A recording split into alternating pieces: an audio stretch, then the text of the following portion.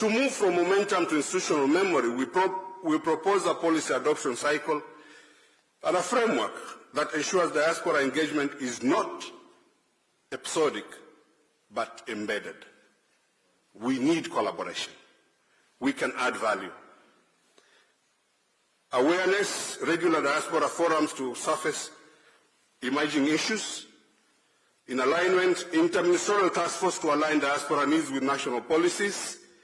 On action, time-bound implementation, plans with diaspora liaison would like to be involved. Accountability, transparent feedback loops, and public reporting on progress. Advancement, policy reviews, every 2 years to evolve with diaspora reality so that we are able to also add value. This cycle ensures that every concern becomes a conversation, every conversation becomes a commitment, and every commitment becomes a catalytic of change. Your Excellency, we are not asking to be remembered. We are asking to be included. We are not asking for favors. We are offering partnership. We are not just Kenyans abroad. We are Kenya abroad. With your continued leadership, we can build a Kenya where no citizen, no matter how far they do not feel forgotten.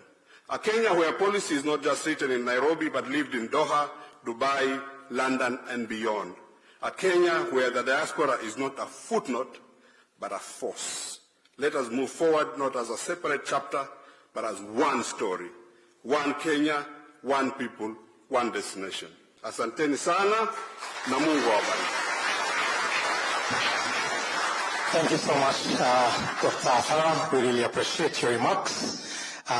Your Excellency, thank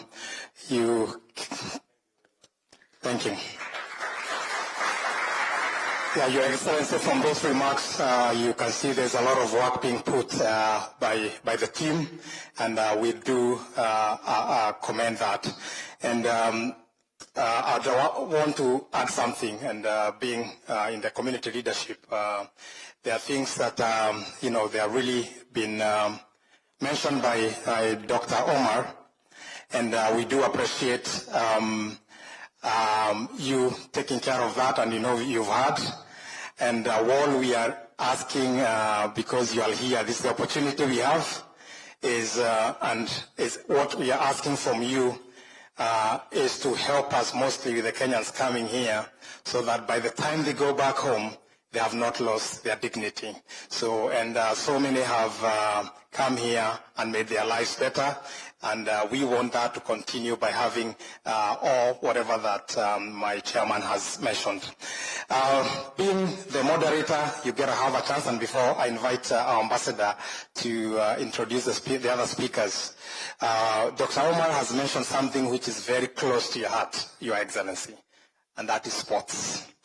When he mentioned about the football teams here, I am the team manager of the FC Kenya, and one of the things that we do, this team was incepted it has been there for over a decade right now, and these people are struggling, and you have seen what you have seen to the Kenya national football team.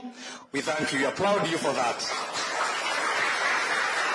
Ukikumbuka wengine usisahau. These people don't have any sponsorship, so thank you so much. And Ambassador has been working on that to ensure that, because these people come from all sectors of life. There are people earning 1,000 riyals, 20,000. So, and we have to support the team through that way.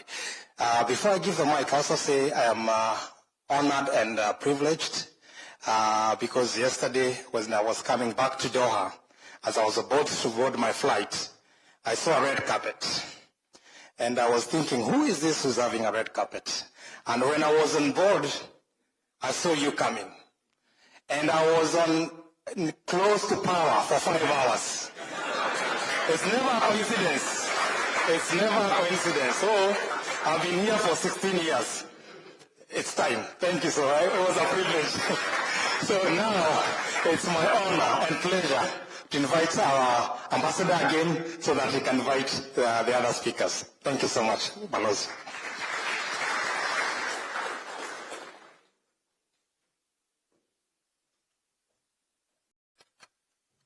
Thank you, John.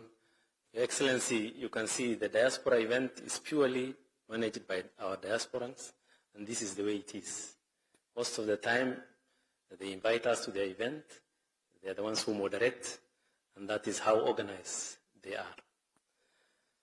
Without taking much time, Your Excellency, it's my distinct honor to welcome the Minister for Labor, His Excellency, Alfred Mutua.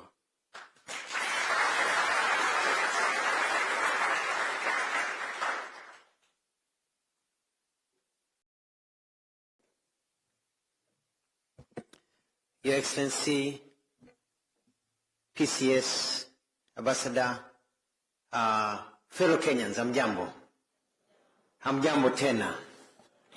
I just want to quickly introduce the senior officials who are here so that they are known. We have the Prime Cabinet Secretary, definitely, but we also have senators who are members of the Labor and Social Protection Committee, which I answer to. We have Senator Crystal Asige. I don't know if she was able to make it. She was at the function. I think they are coming. But Crystal Asige, very hardworking, very smart, the Vice Chair. You might know her from the song Extravaganza. Ay, rumba inabamba. You'll see her. I hope she makes it before end of the session. We also have with us Senator Miraj Abdirahman, who is right there, a senator from Mombasa, and a very good friend of mine, Senator Alexander Mundigi of Embu County. I want to introduce Tim to our new labor attaché. We've got a new labor attaché, Mr. Kasoki. I don't know if he's in the house. Mr. Kasoki is at the back over there. And now this is a robust labor attaché. I found him working in Nairobi, clearing and ensuring that only the qualified people being brought by the right companies are coming here. And so he's here to sort out your issues. So if you've got any issues now, you go to the embassy, he'll sort them. That's all his job is, to sort out your issues. So all those problems that you've been talking to me about, now we've got somebody who is very capable to be able to deal with it. Your Excellency, as you've had people here very happy to be in Qatar, the ambassador talked about 75,000 people. We are targeting 250,000 Kenyans to come and work here, and they are wanted. Every person I meet says the Kenyans are very good, hardworking, very smart, good people. And I think generally very good looking too. So we have a good band of good Kenyans. I just want to point out 4 things quickly. Point number 1 is that I want to encourage Kenyans coming or going to work overseas to ensure that when you leave the country and you've been promised a job, that you have a work visa, not a tourist visa. Because people who come with tourist visas, you're actually not coming for a job. You are coming for holiday. And so people who have been, who have got into a lot of trouble, being left at the airport, sleeping in the streets, are people who don't come with a work visa. So please tell your relatives or any Kenyan coming that you come with a work visa. That visa protects you because we know that you already have a job. Number 2, we're dealing with unscrupulous agencies. We have a task force made up of the Attorney General, myself, the DPP, and also the DCI. And we are rounding up all these bad agencies. And as you've seen now, things are becoming better. And so we should expect to have quality agencies working for people here in Qatar. I saw one of the issues you're talking about is re-entry, or how you get integrated back home. And I want to encourage you that as you save here, as you work here, please, as much as possible, save majority of your money back at home. Because the re-entry or integration becomes easier when you have more money at home than the one you're using here. And I know some of you are already banking at home and doing projects, but I know some of them just, you send 50-50. I would encourage you to send 80-20. Keep 20 here. Ikikiumana, unajua nyumbani iko sawa. You go home and everything is going on well. We are also fast-tracking. I'll be holding a meeting with my counterpart, the Minister of Labor here, Dr. Ali, to look at how we can fast-track this recognition of our various qualifications. And we are looking at how your qualifications from Kenya can be recognized here so that you can get jobs, and also look at the issue of equal pay for equal work so that you're paid the same as other people doing the same job, which Qatar has emphasized that that's what they do, but we want to make sure that all companies are doing that. I just want to say that, Your Excellency, I'm very happy to see so many Kenyans here. They represented so many other Kenyans, and we're going to ensure that many more Kenyans come to work in this great country, because of all the nations of the world, we don't get many complaints from people working in Qatar. They're very happy to be here, and they most of them who have been here, as our very good moderator said, he's been here for 16 years, and by looking at the shape of his ears, he wants to extend to 20 or 25 years. So they're not going. So they come here and they stay, which is a very good sign. It is now my pleasure to invite the Prime Cabinet Secretary and Minister of Foreign Affairs and Diaspora Affairs to say his comments and invite you. Thank you, Your Excellency.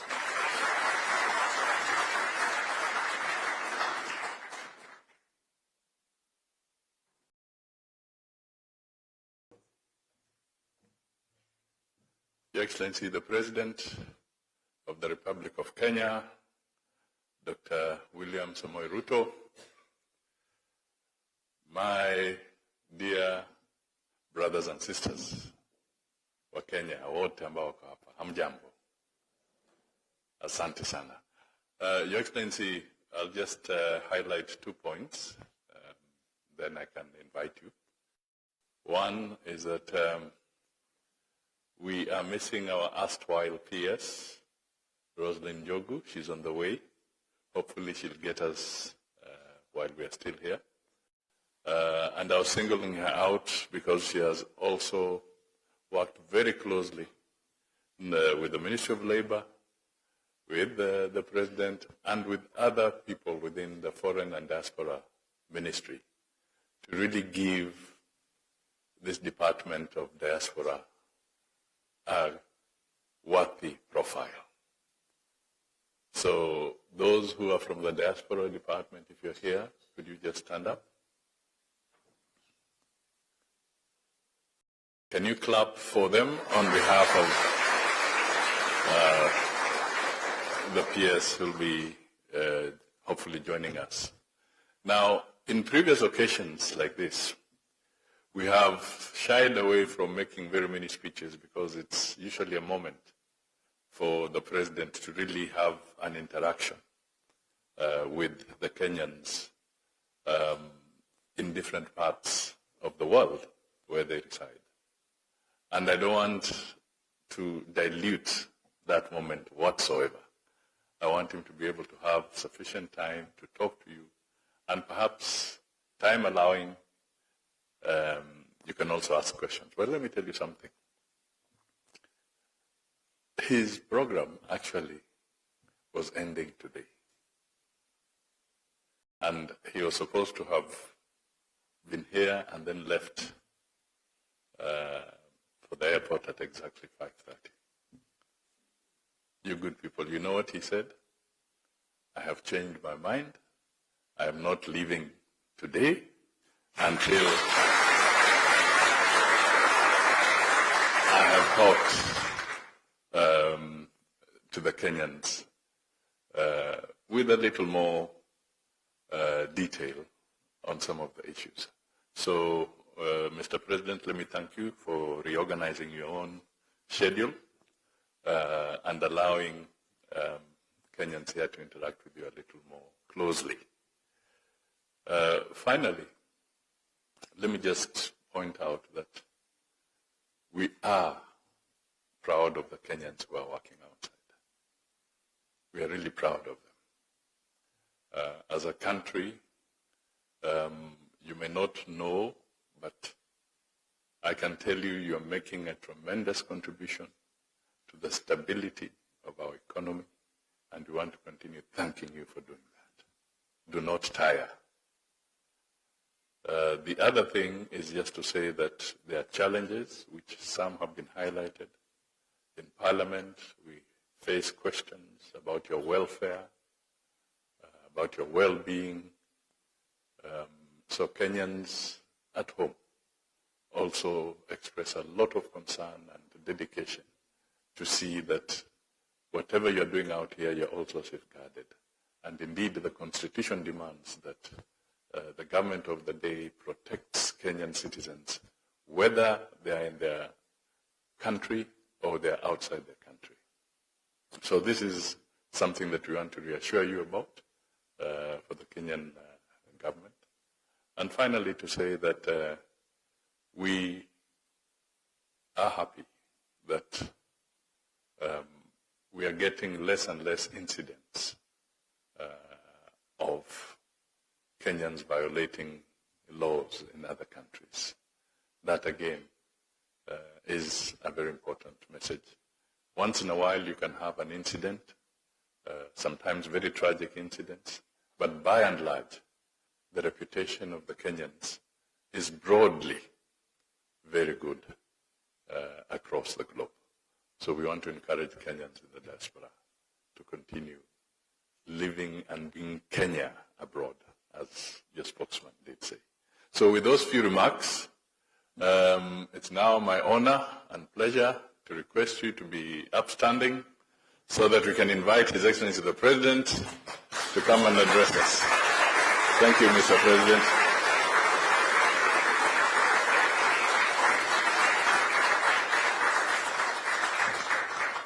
Asante sana. Good evening, everybody. I'm Jambo. Please take your seats.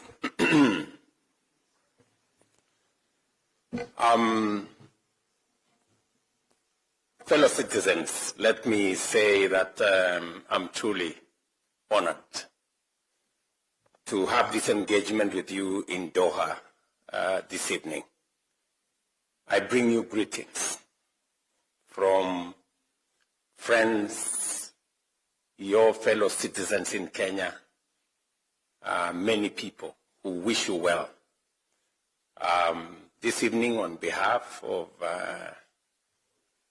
your fellow citizens in Kenya, the government of Kenya, and my family, tunawaletea salamu nyingi sana, and we wish you well.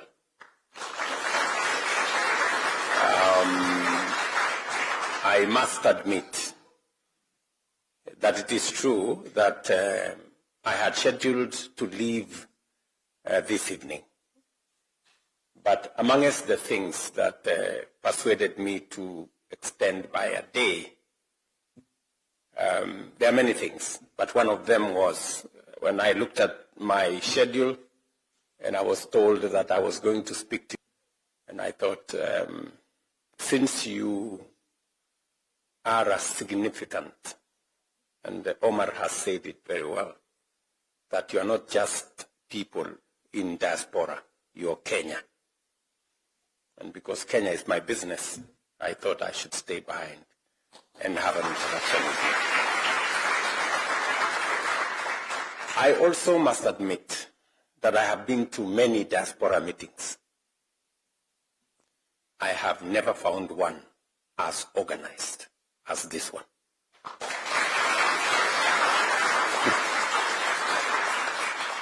Honestly, I have never been to a diaspora meeting with clarity, with focus, and with great organization like the one I see here. Congratulations to you guys.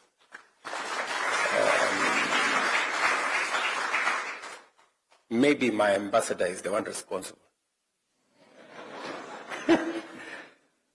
But I'm told it's not him.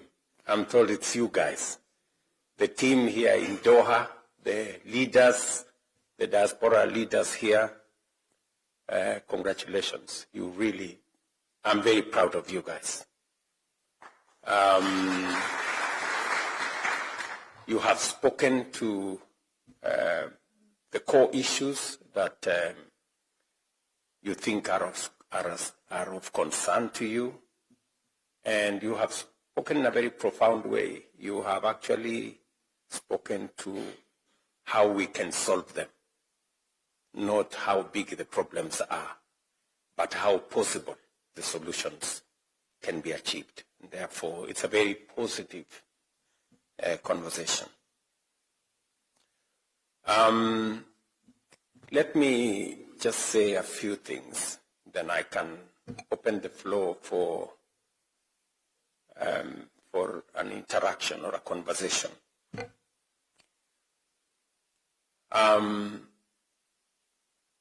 It is true that in the last election, I did make a commitment that we will have a much more robust and a better engagement with our diaspora.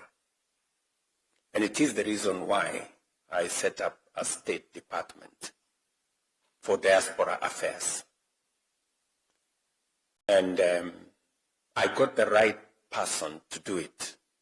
Rosalind Jogu has done a good job in the diaspora docket. She's been with me, she's been ahead of me in many places, trying to work on matters consular, issues that have come up, repatriating Kenyans whenever we are in difficult situations in different parts of the world. I remember the latest in Lebanon and many other hotspots around the world. So I am very proud that the Diaspora Department has created a better relationship between Kenyans in diaspora and Kenyans back at home. I am prepared to see what additionally we can do to better the engagement, to do what we are doing in a better way to serve you better. And I hope before we conclude this meeting, Rosalind will be here so that she can speak in detail on what the Diaspora Department is doing. Let me also say that back at home, we have been deliberate about matters diaspora. The National Employment Authority, and the chair, I saw her somewhere in town today, was a very convoluted place when we came into office. We had many very bad people operating as employment agencies. What are those people called again, Mutua? Recruitment agencies. And we had very crooked, very unprofessional people. So we have had to change the registration process for recruitment agencies. And we have had to disappoint many people because recruitment agencies that had a track record of doing the wrong thing, we've had to deregister. How many again, Mutua? Almost 600 recruitment agencies. We have had to deregister them because they were doing the wrong thing. They were picking money from people. They were sending people with, tourist visa. Many of the complaints that we got were because of the recruitment agencies doing the wrong things. We've since created a multi-agency team that now looks at the whole exercise of Kenyans being recruited outside Kenya in a holistic manner. We have gone through the motions to make sure that all the job opportunities from every part of the world are posted on a government website where everybody can see, so that if it is not in the government website, then you know that job is actually fake. We have also streamlined the processes to make sure that if you're looking for a passport, we've reduced the time for people who have a letter of employment from waiting for 2-3 months. Now you can get a passport in 2-3 days.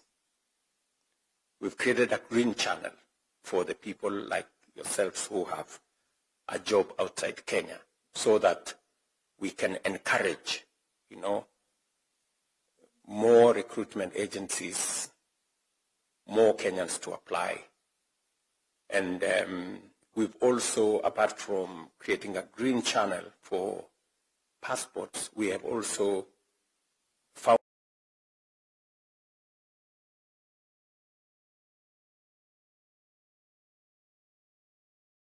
a mechanism where Kenyans who do not have the money to pay for tickets, we're now finding a way with our national youth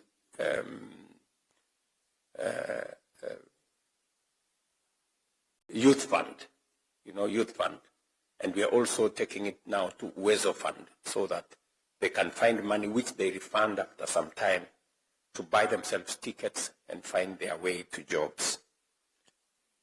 I have also been very clear on making sure that we do not send Kenyans to countries that we do not have bilateral labor agreements. And it is the reason why, under the leadership of Musalia Mudavadi and the State Department for Diaspora and Ministry of Labor, we are signing more bilateral labor agreements. We are upgrading those that already exist. Like already there is a conversation between the government of Kenya and the state of Qatar on making sure that we now increase the number of skilled workforce that comes into this country. We're doing the same in Saudi Arabia. We're lucky we've done this again last year with Germany, with Austria. I had a conversation with the president of Hungary again today, and we are looking at opportunities there. He will be visiting Kenya sometime early next year for us to conclude that process.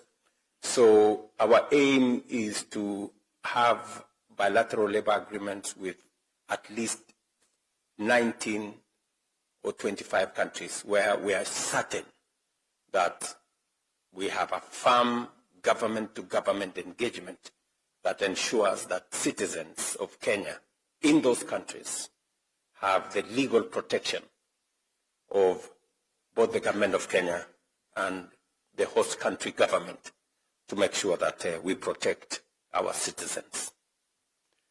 And so, to you people in Qatar, I am very happy when I landed at the airport. Many people, Bari Mheshimiwa.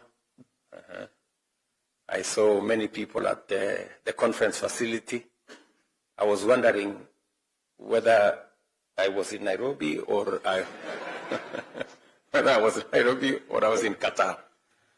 But you feel a sense of pride if you see citizens of your country, in different places of the world. And specifically to you people in Qatar, I must say congratulations, you are doing a wonderful job, and you have our support. Let me also say that it is our intention to support you on 3 other areas. We are working as a government to see how we can reduce the cost of you sending money back home, remittance. We know that it costs anywhere between 5 to 10% of the money you send. And if you look at the amount of money that comes to Kenya, it's about $5 billion. If you do 5% of $5 billion, it's colossal. It's huge money. It can make a big difference. So I did instruct the central bank to work with the International Association of Remittance so that we can find, much more cost-effective mechanisms of you being able to send your money back home. The second issue we are working on is how to support the many people who come, and because of different customs, different cultures, they get disoriented and sometimes end up into depression. I'm very happy that you have a team here who is providing psychological support to Kenyans here. We're trying to mainstream that into policy so that we can find support through our embassies to support Kenyans. I think Rosemary would have been better placed to explain because she has briefed me on what they are doing and how we need to mainstream that, provide more safe houses for people to, if people are in need or they are affected in one way or another, they can find a safe place where we can assist them, even as we find mechanisms of how to support them either here or to support them to go back home. So we are still assessing. I think there are now a couple of safe houses in different countries. We're trying to expand that footprint so that we can support more Kenyans and their families in the diaspora. And finally, we also want to see how we can support you invest back home and help you structure that investment. We are in the final stages of a diaspora bond on how people in the diaspora can support Kenya with a diaspora bond that also gives you an investment income. So again, I think this is some of the outcomes of what we had as the diaspora conference that we had in Nairobi, I think a year and a half ago. And we are on the final stages through cabinet, and then finally we will create a framework that you can participate. And that is aside from all the other things that we are doing, including the affordable housing program, where instead of you now struggling to send money to some contractor or your relative, you can now buy affordable housing. Boma yangu #832 star, is it *823 #, buy a house. You don't have to struggle with who is the contractor and who is what. You have the undertaking of the government of Kenya that whatever house you buy, you will get it. Different from if you send to your friend or your relative, you'll find that they will keep sending you pictures of the neighbor's house.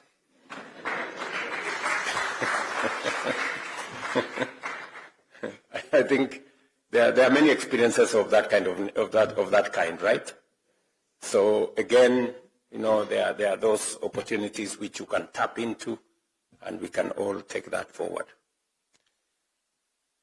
That is one thing I wanted to discuss with you, the issues about diaspora. I know there are many other issues that you would want us to discuss, which I will be here to listen to you later.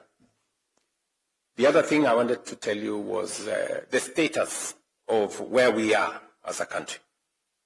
I know many of you read stories in social media, misinformation, disinformation, and everything in between. But just so that you know, I will tell you 5 things. Number 1, our economy. Our economy has, since the last 3 years, the economy has stabilized. Inflation has come down from 9.6 to 4.6 this month. Our dollar exchange rate has strengthened from 165 to now 129, 128. I don't know whether that is good or bad for you guys. Certainly it's good for our economy. Our foreign exchange reserves have grown from about $5.7 billion in 2022 to $12 billion now. It's actually doubled. And therefore, we can sort out any dollar issues. There are people who could not remit their earnings to foreign countries. Now they can do it with a lot of ease. So I can confidently tell you that our economy is now stable. For those of you who follow the international financial news, Kenya was among 6 countries that everybody thought was going to default in 2022. In fact, I remember meeting Antonio Guterres, and he was telling me, what will you do, Mr. President, when your country defaults? But the good news is that by God's grace, with all the things that we did in between, cut back on this, removing subsidies on many of the things that were there, of the 6 countries that were billed to default, 5 defaulted, Kenya did not.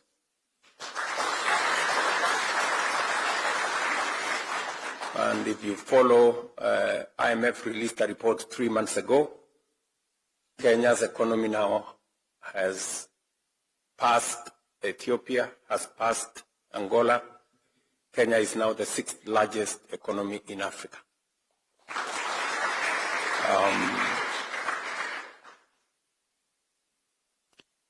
If you follow news, our Nairobi Securities Exchange was the best security exchange in Africa last year.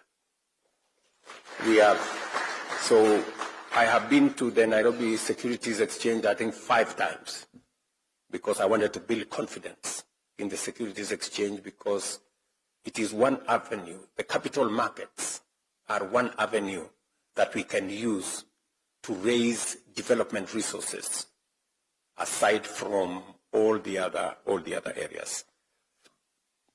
So on the economic front, I am very confident about Kenya's future.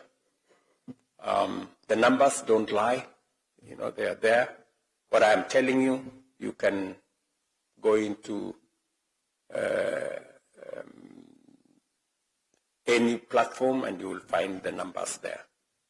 In fact, our governor of Central Bank, Mr. Thuge, was voted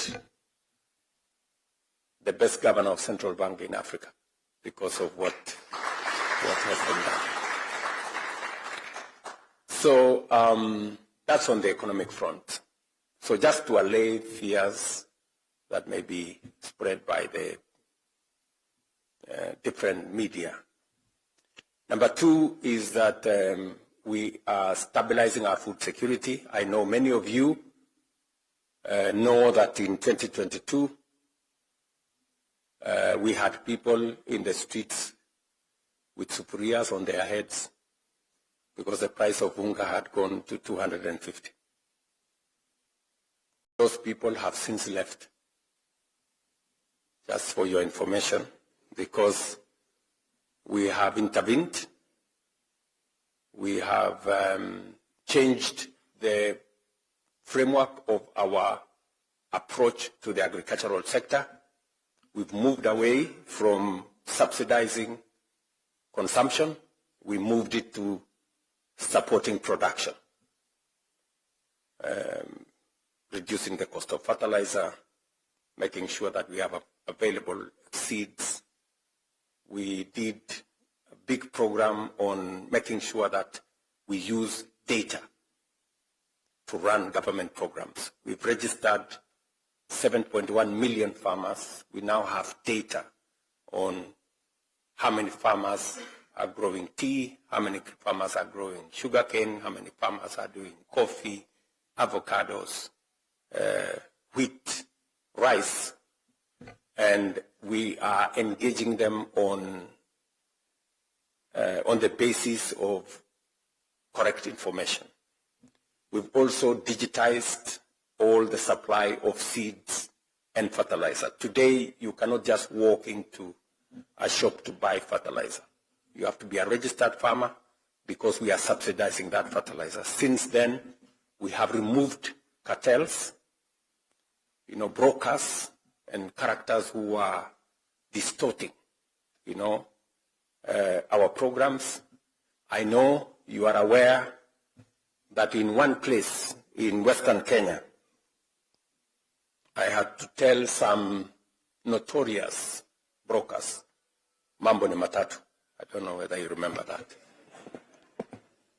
Because they were so incorrigible, so daring, that they had taken hostage a whole sugar sector. Now I can confidently tell you we have brought in the private sector in our sugar industry. I was on Thursday and Friday and Saturday. I was in Western Kenya, in Busia, in Kakamega, in Vihiga. And I can confidently tell you that our sugarcane farmers, for the first time, got bonus last year, and we will have bonus again this year. For the first time in Kenya's history. And we moved our sugar production from about 600 metric tons to 815 metric tons. It is our plan that by next year we will do 1 million tons, and by 2028 we will be a net exporter of sugar from Kenya. And that goes also with coffee. For those of you who have coffee in different parts of Kenya, the prices of coffee have gone up from an average of 60, 70 shillings a kilo. This year, we were at 130, 140, 110 at the very least. And we are continuing with the reform of that sector because initially, the licensing regime facilitated people to engage in cartelling the sector. You found one person is a farmer, he is registered as a broker, he is also registered as a miller, he is also registered as a buyer at the Nairobi Coffee Exchange. And therefore, there was an incestuous relationship that undermined farmers. Today, we have straightened that space, and that is why we have better prices of coffee. Same thing with tea and all the other areas. In short, what I can tell you is that we have an import bill, food import bill of about 500 billion Kenya shillings, $4 billion. Just imagine. Every year, importing sugar, edible oil, maize, wheat, rice. So it is my intention to cut down that import bill by 50% by 2027. We want to reduce it by 250 billion Kenya shillings. And we are on course because this year we reduced the imports of maize by 70%. We reduced the imports of sugar by 80%. We are now working on rice and wheat, and then edible oil is the one on the line. So again, we want to transform the agricultural sector so that instead of us importing 500 billion Kenya shillings, we should be exporting more. Let me say 3 final things. You're aware that I did make a commitment on matters to do with health. And I know you know how health operates because now you stay in this country. We've had to change the whole health infrastructure in Kenya. I thought I was going to reform the national health insurance fund. It was not possible to reform it because it was too rigid, and therefore we had to tear it down and build it from scratch. So we went to Parliament, took a bit of time, but we now have 5 pieces of legislation. From one law, we have now 5 pieces of legislation that undertake our health infrastructure program, moving it from a health infrastructure that was heavily tilted towards those who had jobs and those who had means to a universal health coverage where everybody is on board. As a result, we now have increased, we've done 4 things actually in that sector. Number 1, we have changed the health provision structure. We did register all facilities. We did an assessment of all the facilities, and we want to sort out 4 issues. We want to set out, number 1, making sure that every Kenyan is registered. As I talk to you, 27.2 million Kenyans are now registered under Social Health Authority, up from 8 million. We now have 3.5 times more Kenyans registered, from 8 million to 27.2 million. It is our intention that in the next 6 months, we should have 30 million Kenyans. We should have actually reached universal, because that does not include dependents and children and others. So, number 1. Number 2 is to change how equipment is delivered to our hospitals. In the past, we used to buy equipment, and because you don't have a big financial outlay, you then end up buying very limited equipment. We've since structured. Now we work with manufacturers. We don't have to pay for the equipment. We have what we call fee for service. We have equipment delivered to our hospitals, and we only pay when we use that equipment to the manufacturer. That was possible because they looked at our health infrastructure, how we had registered Kenyans and how they were going to get paid, and they were satisfied. I was, for example, in Butere on Thursday.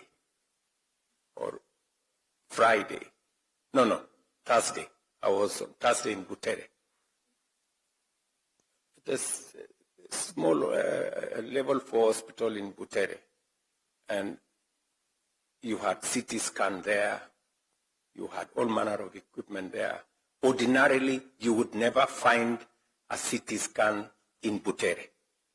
If you were lucky, you would find it in the referral hospital in Eldoret or Kakamega. But because of the new framework we have created, it is possible for us to deploy the most sophisticated equipment in every hospital in Kenya. On Monday, or was it Tuesday, I was in Nakuru. Again, we were having the latest equipment delivered to the referral hospital in Nakuru. For those of you who follow my social media account, you will see. So we are changing the framework of delivery of health. And finally, is how we deliver health commodities. If you listen to many of the people at home, people normally complain about there is no dawa, kuna dawa. Mwananchi wa kawaida anasema hakuna dawa. So we need to solve that hakuna dawa problem. And we have found the reason how to solve it. We've now given a better framework to KEMSA. We've decided that we deliver health commodities, medicines direct to health centers and dispensaries instead of taking them to stores at the county and all the other places. So we have built a better health infrastructure. It is a commitment that I made, and it is a commitment that I'm very proud that today is becoming a reality. And finally, he's just mentioned to you about education. I saw Omar mentioned about education here. Education is very important. For those of you who follow events at home, we had 4 different issues with education. We had CBC. Many parents were complaining they were doing homework up to midnight. They were being told to make cars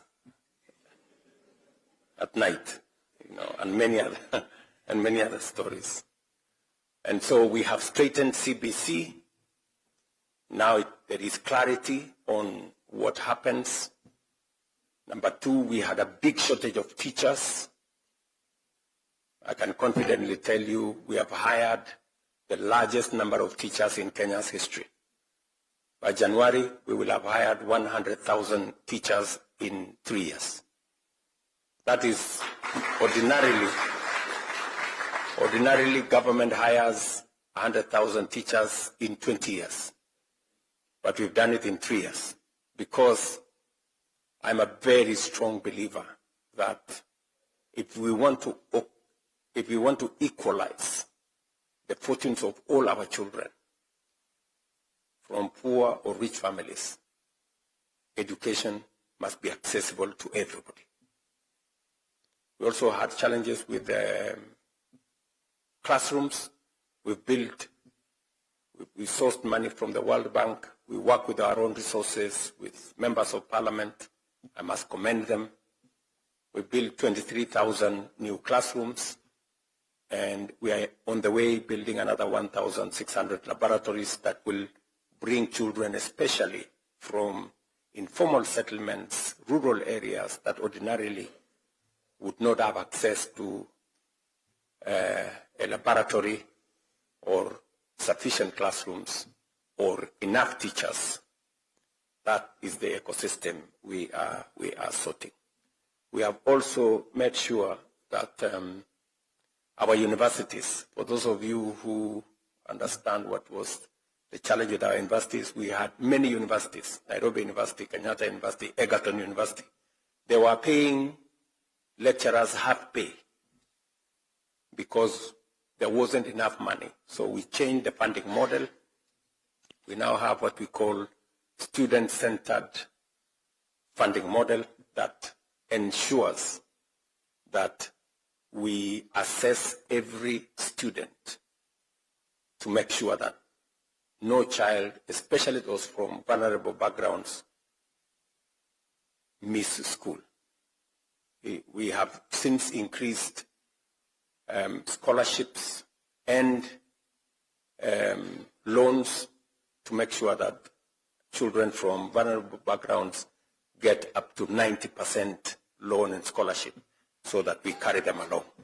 So I just thought I should mention some of the things that we are doing back at home. And then finally, let me talk about jobs. I did make a commitment on jobs because we spend 680, in fact, this year, it is 702 billion Kenya shillings on education. 700 billion shillings on education. It is important that as we spend that amount of money in education, we also think about what happens to the pipeline when these people who are in ECDs, primary, secondary, college, university, when they get out of the pipeline, what happens to them? And that is why we came up with 4 pipelines for how to create jobs. And we wanted to be deliberate.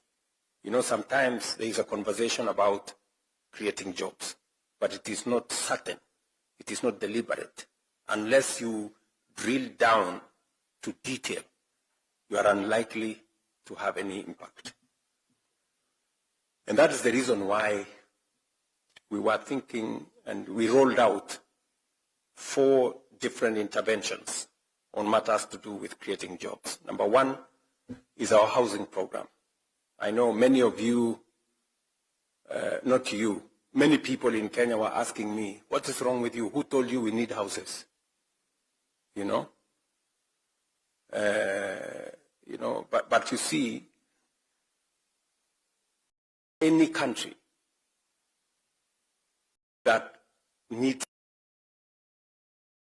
to stimulate the economy, they look at public infrastructure that creates, that is labor intensive and uses it, whether it's America, whether it is Europe, that's what they do.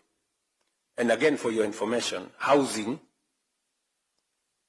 was a program that has been there with us. You know, it was there in the KANU Manifesto. It was there in the NACA Manifesto. It was there in the NASA Manifesto. It was there in the Jubilee Manifesto. It was there in the Azimio Manifesto. It was there in the Kenya Kwanza Manifesto. It's a permanent feature in all the manifestos. But it was difficult to implement because it's not easy. Just for context, my brother, President Uhuru, and I, we had the Big Four in 2017. And one of the Big Four was housing. And we did everything because it is the right thing to do, and all of us agree. So when we were elected, we wanted to do housing. I remember very well, we went to Parliament, we passed the law, we created the fund, we created the levy. In fact, President Uhuru told me he knew of somebody called Charles Hinga, who was in South Africa, and who was a good expert in these matters of housing. We brought him, we looked for him, we brought him to Kenya, we met him, Principal Secretary for Housing. And then when everything was ready, and we started to collect the levy, and then there was noise. No, this levy, I don't know, these ones are complaining, those ones are complaining, maandamano hapa, nini pale, nini kelele. Then President Uhuru called me and told me, William, si wewe uko na nyumba? Nikamwambia ndio, mimi niko na nyumba. Sasa hii kelele hii tunapigiwa ni ya nini? Kama hawa watu hawataki manyumba, achana na hawa. So our housing plan collapsed. But you see, the irony is that that was 2017. Come 2022, housing was in the manifesto of Kenya Kwanza, mine. Housing was in the manifesto of the opposition, then Azimio, complete with 1.5% levy. Si mimi kwa bahati Mungu amenijalia nimeshinda uchaguzi. Housing si ndio hiyo iko hapo. Sasa ule Hinga was still PS, so I told him you are not going anywhere. Sasa tufanye hii kitu this time. Akaniangalia, akaniambia hii utawezana na makelele. So the keleles came. I was given new names, Sakayo, I don't know who. But I stood my ground. Because it was the right thing to do 40 years ago. It is still the right thing to do now. Because, let me give you an example. I invited the president of Singapore. He came to Kenya in 2023. Singapore was exactly like Kenya. Not even exactly. Singapore was actually a slum like Kibera in 1963. Just imagine. Singapore, if you look at the pictures, and he told me that they actually used force to get people to move from the slums to go and occupy houses on the 10th floor and 15th floor and 30th floor. For Kenya, we didn't have to use force. So he told me housing is something that you must do. It's not easy, but it changes a nation. Just look at the difference. They implemented housing in 1964. Today, Singapore is a first world country. 95% of their population are home owners. The opposite is that in Kenya, we did not implement. We are a third world country. 7 million Kenyans live in slums. Do you see the difference? So, we're implementing housing. In fact, I think my team has some pictures on what we are doing in Kenya. Today, we are building 230,000 units. 230,000 units in every town and townships in Kenya. I mean, if there is one thing that is going to change the destiny of our nation, it's housing. If you go to Mandera, you go to Wajir, you go to Kitui, you go to Mombasa, you go to Nyeri, you go to Murang'a, you go to Eldoret, you go to Kisumu, you go to Siaya, everywhere. I was on Friday, I was in Funyula. Do you know where Funyula is? Unajua mahali Funyula iko? Eh? Funyula is in Busia. You know? And we have a 10-story affordable housing program in Funyula. We are doing another 14-story in Busia town. We are doing another one in Malaba. And on and on and on and on. Just before I show you the clip, what is happening? We are now hiring close to 600,000 people. Engineers, architects, quantity surveyors, electricians, plumbers, masons, carpenters, and everybody in between. We have people working in the steel industry, in the cement industry, in our quarries, and everybody in between. By next year, housing will be hiring 1 million people.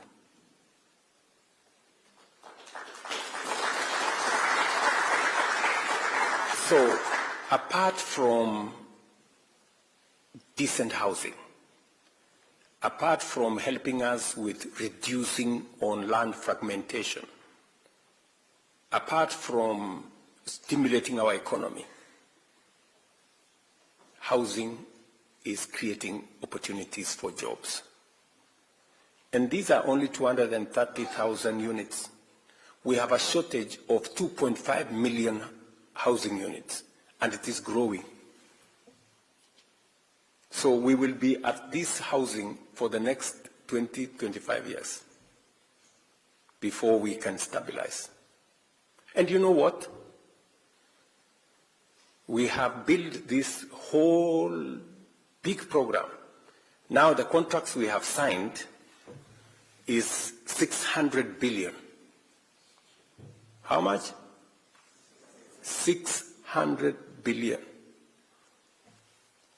Housing, markets, hostels, and all of it is our own money. We haven't borrowed from the World Bank. We have not borrowed from nobody. And for your information, if I were to go and borrow 600 billion shillings from the World Bank, I would live in Washington for 10 years to get it. I would need 10 years of letter writing and begging. But we have mobilized our own domestic resources, and Kenya is changing. The skyline of every town is changing, and we have many people working. You know, so I don't mind the names. I don't mind the names. So long as Kenya gets transformed, I'm missing a problem.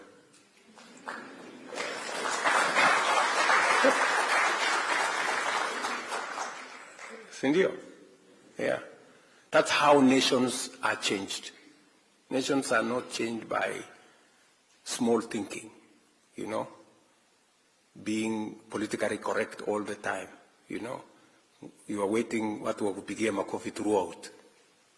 You can never change a nation that way. That is one. Number two, we are expanding our digital footprint. We now have Ajira centers, we now have ICT hubs, we have BPOs, business process outsourcing. In fact, Teleperformance, the largest BPO in the world, is now set up camp in Nairobi. Is that correct, Thigo? Yeah? At that place in Two Rivers. They've set up a huge facility there. So, and we now have close to 180,000 people working in that ecosystem of digital jobs, because we have streamlined the law around there to make sure it works. That's our second pillar on creating jobs. And we now want to take ICT hubs to every ward in Kenya. Members of Parliament, we have allocated them resources to build an ICT hub in every ward in Kenya, so that we have 200-300 young people working, getting skilled, so that they can work globally. And then number three is what I've just discussed with you, you know, creating a pipeline for Kenyans who want to work abroad, you know, by streamlining visa, making sure that we have a transparent process, signing bilateral labor agreement with different countries, and doing what we must to make sure that we facilitate the diaspora the way we are doing. In the last 3 years, 420,000 Kenyans have joined the diaspora. We now have clear numbers on who is working where, what is their pay, and what is their status. I'm very happy that close to maybe 10,000 of you, between 10 and 15,000 according to Mutua, have joined the diaspora in Qatar in the last 3 years. And we will now scale up, because we have removed what were bottlenecks. Our intention is to triple the number of people working in Qatar as we do it elsewhere globally, because we still have opportunities. Wherever we have an opportunity, we will drive. And finally, on that subject of job creation is the whole ecosystem we are building with special economic zones, county aggregation and industrial parks, and the negotiations we are carrying out to open new markets for Kenya. We've just concluded discussions with China to open the Chinese market for Kenyan products. We operationalized the European market. We signed the economic partnership agreement with Europe, 26 countries, last year, June. Now we have a whole European market open to Kenyan products. We have the Africa Continental Free Trade Area market, and we are engaging the US to extend AGOA and to also negotiate a bilateral labor agreement between Kenya and the United States. So all these markets are for products from Kenya. Agro-processing, value addition, manufacturing, industrialization, that is the trajectory we are using to create new opportunities for work. So I just thought of, putting this picture to you as citizens of Kenya, so that you know the status of your country and you know where to participate and how to contribute. Finally, before we do this clip, let me conclude by saying that what we have done in the last 3 years is okay, but it's not good enough. It is not good enough. Why do I say so?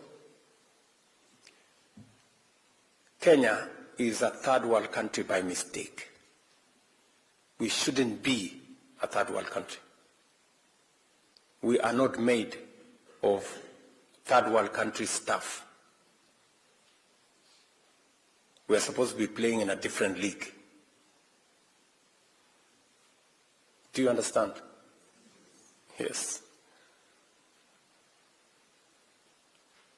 We can move Kenya from a third world country to a first world country in our lifetime, if we do a couple of things right. And I have put a proposition to us, to the people of Kenya, on how to move from a third world country to a first world country in the next 25 to 30 years. China did it, Korea did it, other countries, Malaysia did it, we can do it. Looking at what we have done, I am very persuaded that we can move this country to a first world country. We need to do 3 things, in my opinion. Number 1, we need to bring under production another 2.5 million acres of land, agricultural land, so that we finish with importing food and we export to the markets we have already negotiated. We need to build at least 50 mega dams, huge dams, High Grand Falls Dam, Soin Koru Dam, and we have a list of them. They've been in our books for the last 20 years. We have all of them in our books. But we haven't done it because we haven't thought of how to do it. I have put a proposition on how we can do it. We need 1.5 trillion shillings. That's just about maybe 10, 12 billion dollars. We can raise that money. So to raise here housing, 600 billion. We've raised it. But this one we can raise even without any levy. We'll raise it to tatumia tu akili. Tuache ujinga. Tutumia akili. Mnanielewa? That's what we need to do. And we are going to do it. Not too far from now. I discussed it with the Emir of Qatar today on how we can create that partnership, because that's number 1. Number 2, we need to generate energy. We need to generate electricity. As I talk to you, we have 2,300 megawatts. The whole country. How much? 2,300. Tulienda na kimbelembele yetu tukaenda tukanegotiate na Microsoft na G42 tukanegotiate. You know, when I went for the trip, I went to the United States with Biden. So we signed an agreement there between G42 of UAE, Microsoft of America, and Kenya to establish data centers. Sindio? Sasa wakati nimerudi nyumbani haya tumeanza data center. Tukaambiwa one data center requires 1,000 megawatts. Na tuko na 2,300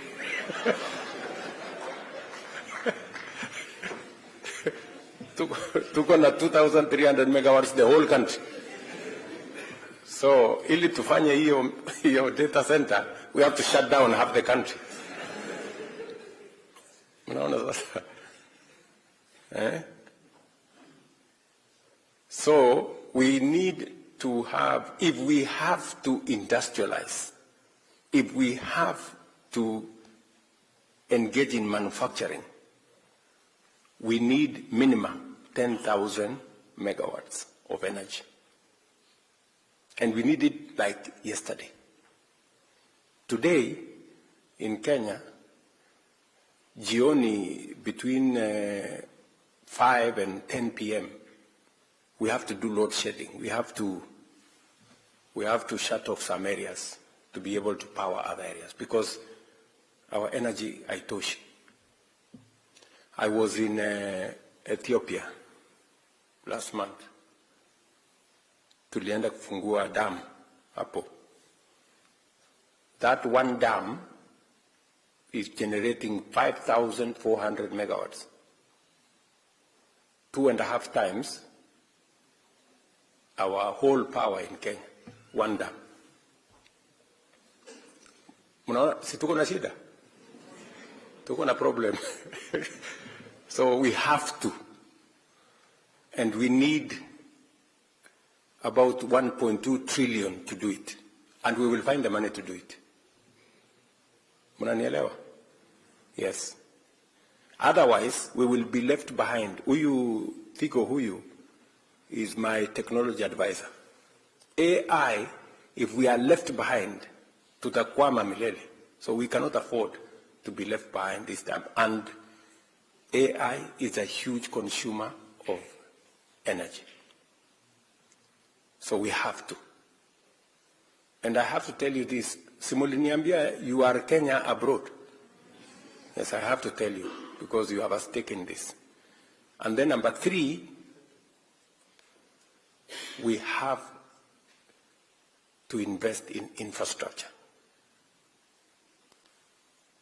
We need to extend the SGR from Naivasha to Uganda. We need minimum another 10,000 kilometers of tarmac so that you people can get home whenever you're going home. And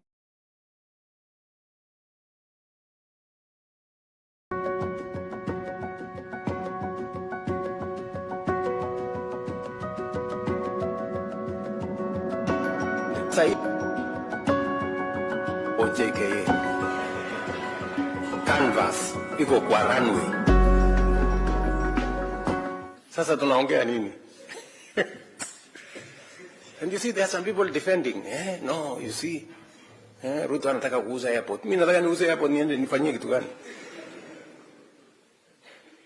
You know, Qatar here is building an airport in Rwanda under the same framework. Are we together? So I had a conversation with the Emir today, and we have put on the table what we are going to do with our airport, what are we going to do with Kenya Airways, and all the other things. Because, you know, the kind of investment we need kwa hiyo airport yetu is possibly almost 200 billion Kenya shillings. We don't have to put our money. We have money in the private sector that can do it. Yeah? So we need about 4.5 trillion Kenya shillings to undertake the 3 things I have told you. It's about $35 billion, and we are going to do it. Otherwise, tutakwama. Shida, friends, shida tuko nae Kenya ni average thinking, you know, ordinary, usual. Unless we up our game, unless we up our ambition, unless we think about the extraordinary. And I like the person who prayed here.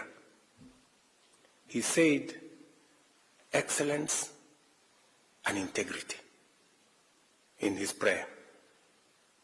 We have to begin to think about the excellent. Wachana na hii average. Hii average thinking hii ndio inatuletea hasara. We look at everything, we think it is impossible. We look at that, we think it's impossible. Others did it. Why can't we do it? You know? So I really want to persuade you as citizens of our great country. Let us agree to change Kenya. We can do it. Let me give you one final example. Sababu najua imani yenu pengine iko kidogo.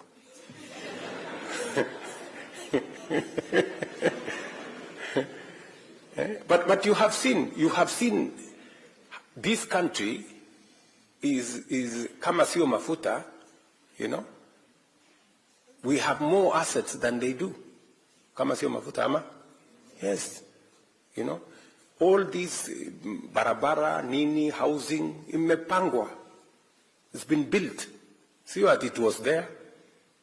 All this you see here was not there 30, 40 years ago. But they've done it. Yeah. Ndio Waswahili wakasema ukiona vyaelea ujue vimeundwa. Yeah. So we need to unda our own. Ama? Let me give you an example. And I'm sorry if I am taking time, but I rarely get... Si mulikuwa mnanitafuta?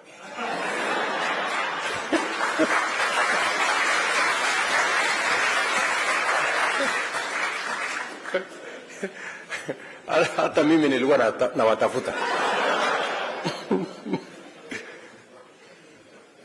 Sindio? Now listen. Why I'm telling you these things are possible. When I look at housing, look at what we have achieved. You know, in 2 years, just 2 years, you go to Mukuru, you go to Eldoret, you go to Nakuru, you go to Kisumu, you go to Migori, you go to anywhere. You know, things are happening.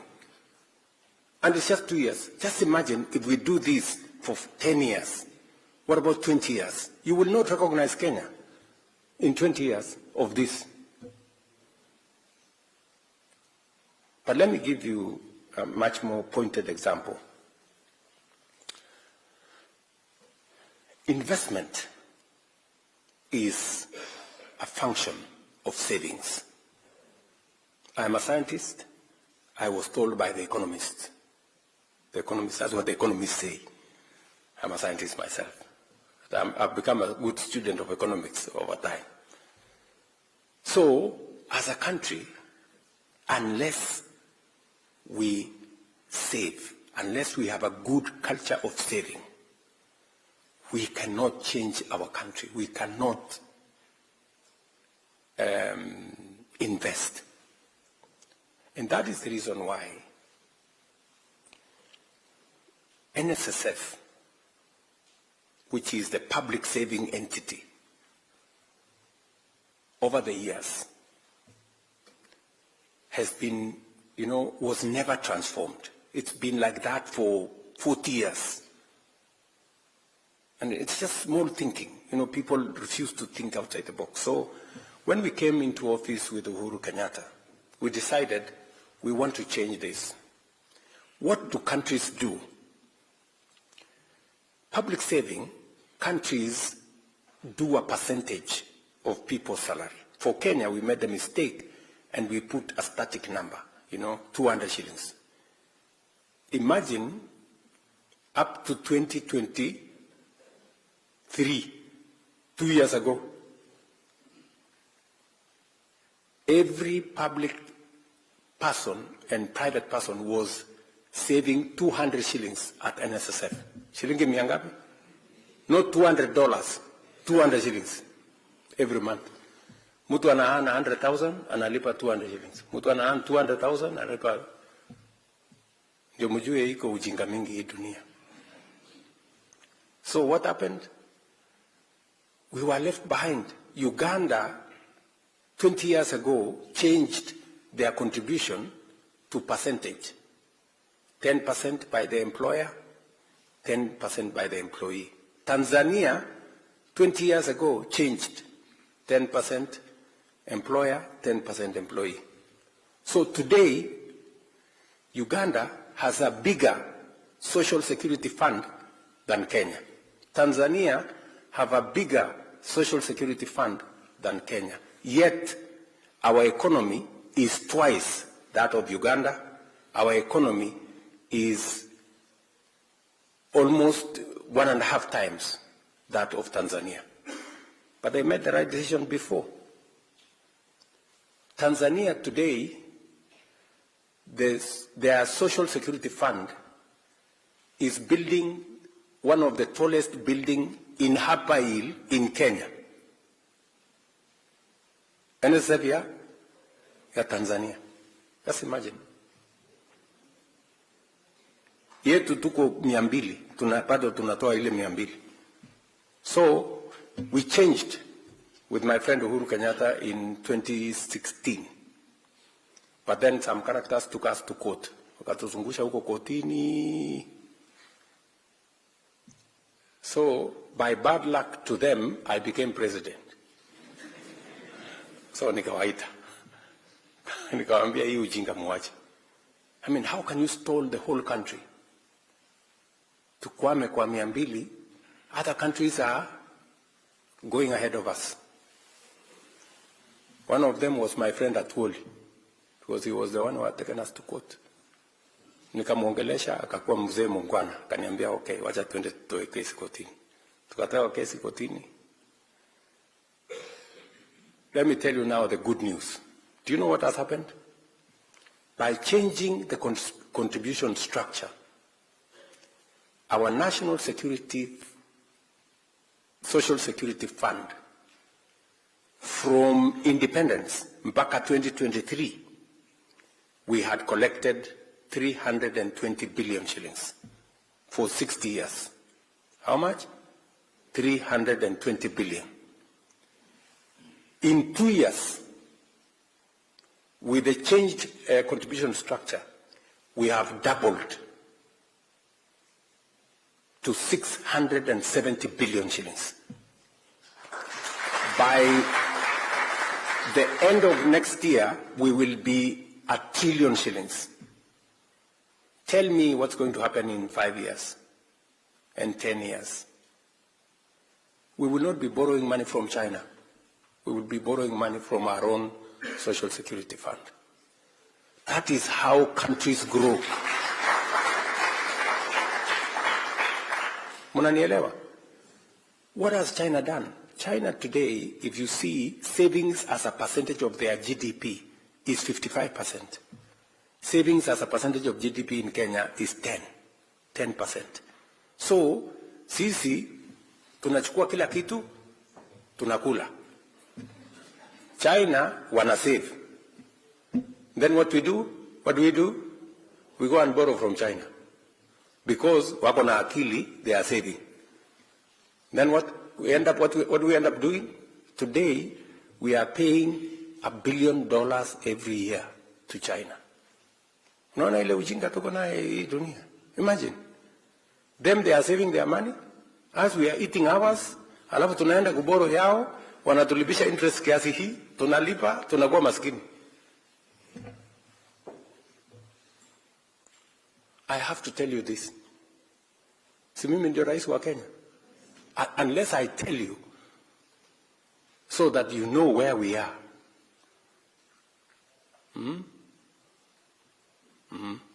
It's good for you to know.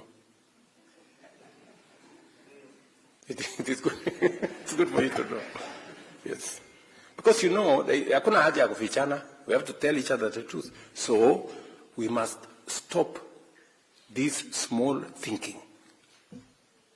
I am very happy that now we are growing our own savings. Because of growing our own savings, interest rates will come down. Because we have enough patient money to lend. Our treasury bills will come down. Our treasury bonds will come down. We will have, a much more stable economy. That is how we'll change Kenya. So, why I'm telling you tunaweza kubadilisha hii nchi yetu in a very short time, is because we have the most hard-working people.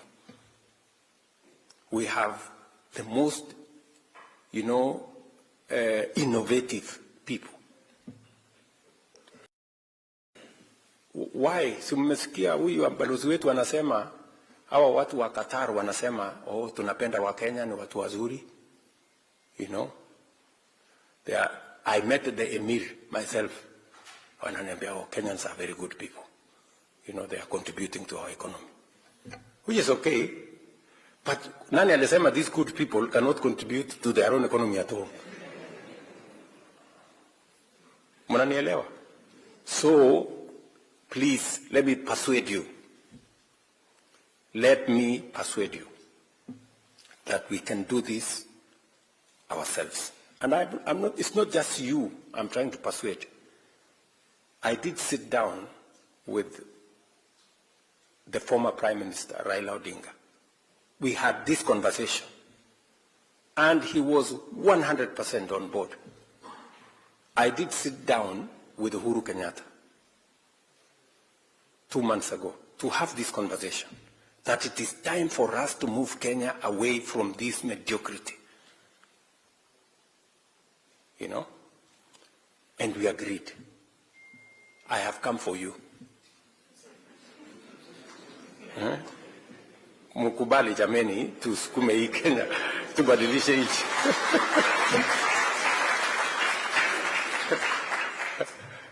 That is why I changed my flight, because I wanted to talk to you. I wanted to talk to you. Because it's not always that God gives you an opportunity like the one I have. Sindio? Yes. Unajua hapo nyuma, pengine other people could have given excuses. Pengine mwingine anasema nilikuwa mzee.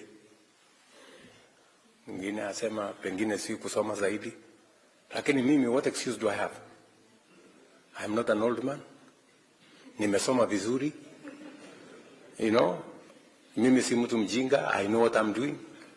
So I don't have an excuse not to transform Kenya.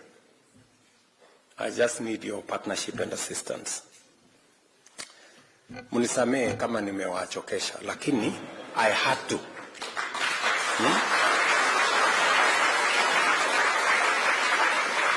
Because we have a country to mind. We have a country to think about. Because it disturbs me, that Kenya can be a great nation, but we are not moving. Na shida si wananchi, shida ni viongozi sisi. It is us who must think and take the country to the next level. Just persuade you and move together. Can somebody, ebu tuone hii sinema yako iko hapo.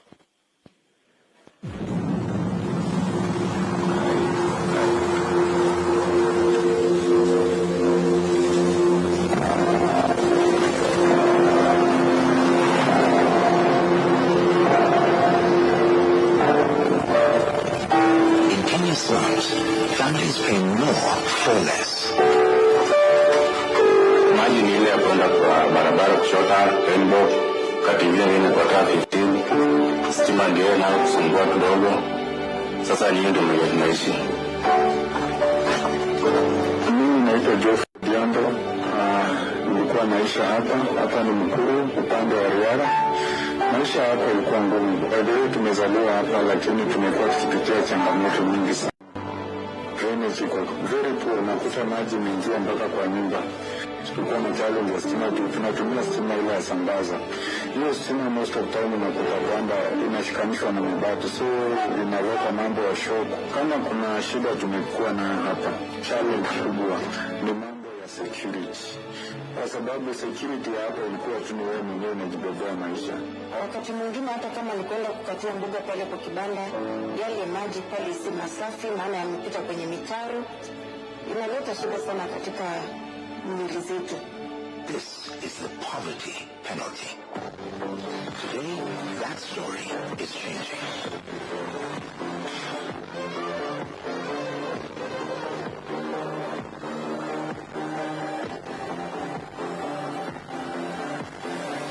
adequate housing is more than four walls. It is dignity, safety, and opportunity. That is why every affordable housing project is carefully located, close to transport, workplaces, schools, and markets.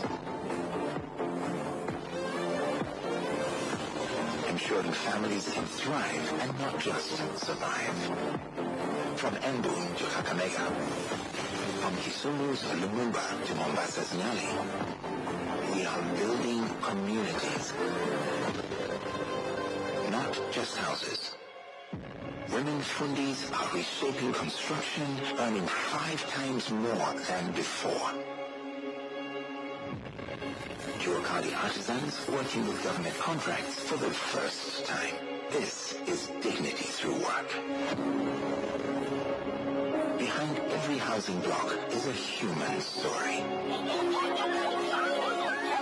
From Mukuru to Kibera, from Boston to Kishugu, the affordable housing program is not just changing skylines, it's changing lives. With the introduction of affordable housing, we are able to plan about our production, to be able to deliver still on time. The affordable housing program is reaching every corner of Kenya. Through the affordable housing program, over 330,000 jobs have already been created, with a target of 640,000. Juakali artisans are supplying fittings worth 11 billion shillings. Today, we are giving you keys, not just to open a door, not just to open a house, but to open a home, to welcome you into dignity, into a different life. Tulikuwa tunaishi mahali ambapo kuna matope, mahali kuna shida, kuna mvua ikinyesha, unakuta there's poor drainage. Lakini sasa hapa tulipo ni mahali pazuri. Nataka kuona nyumba yangu juu, hiyo ni dream yangu, nisikuwe nalipa rent. Rent ndio kila kitu inatumaliza hapa mtaa. Tukona ni mchezo, lakini sasa mimi tuko hapa, tumepata nyumba na tumefurahia kabisa.